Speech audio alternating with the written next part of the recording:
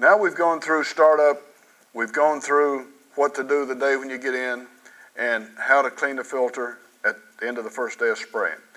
Now what we're going to get into is what you're probably going to do wrong one of these days, and you're going to be calling somebody or wondering what's going on with your unit. A lot of times when people put these suction filters back on after they take them off and clean them, there's an O-ring that seals inside in here. Both of them are the same. They damage that O-ring or they leave it out or lose it. When you do that, you're on the vacuum side of a pump.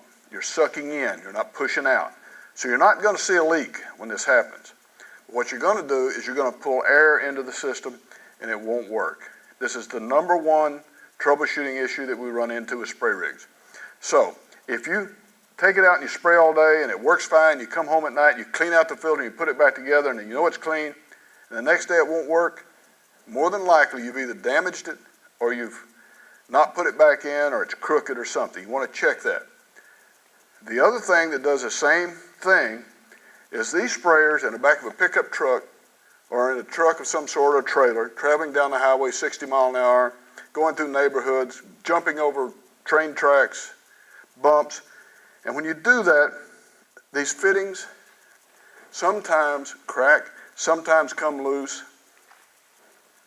So if you've been out spraying and it's working fine and the next day it won't, go back and double check your fittings. Make sure they're nice and tight. Check that you don't have air bubbles in your suction line when you start it up. Go through that same routine each day if you have a problem. So remember, if it worked perfect the day before and the next day it didn't, more than likely you did something to cause that night. So just go back, check your suction filter, check your suction line. That's 99% of the problem with sprayers.